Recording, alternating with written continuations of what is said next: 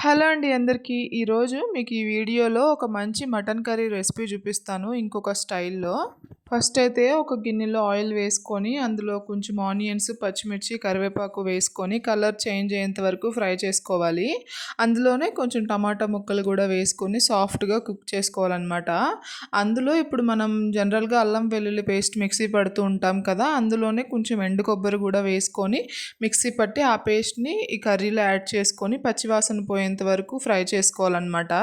Fry చేసుకున్న తర్వాత mutton pieces add చేసుకొని కింద నుంచి పై వరకు మొత్తం కలిసేలాగా కలుపుకొని మూత పెట్టి ఉడికించుకోవాలి.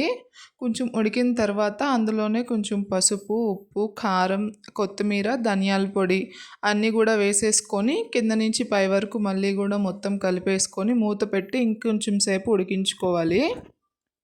అల్లం వెల్లుల్లి పేస్ట్‌లో ఎండు కొబ్బరి వేయటం వల్ల కూరలో గ్రేవీ మంచిగా వస్తదనమాట. ఇంకా కూర ఉడుకుతున్నప్పుడే అందులో ఒక 2 గ్లాసెస్ వాటర్ గూడా వేసేసుకొని మటన్ పూర్తిగా ఉడికించేసుకోవటమే. ఇంకా లాస్ట్‌లో కొత్తిమీర వేసుకొని స్టవ్ ఆఫ్ చేసుకోవడమేననమాట. చపాతీలోకైనా, బిర్యానీలోకైనా, వైట్ రైస్‌లోకైనా దేంట్లోకైనా సూపర్‌గా ఉంటుంది. వీడియో నచ్చితే లైక్ చేసి ఛానల్‌ని సబ్స్క్రైబ్ చేసుకోండి.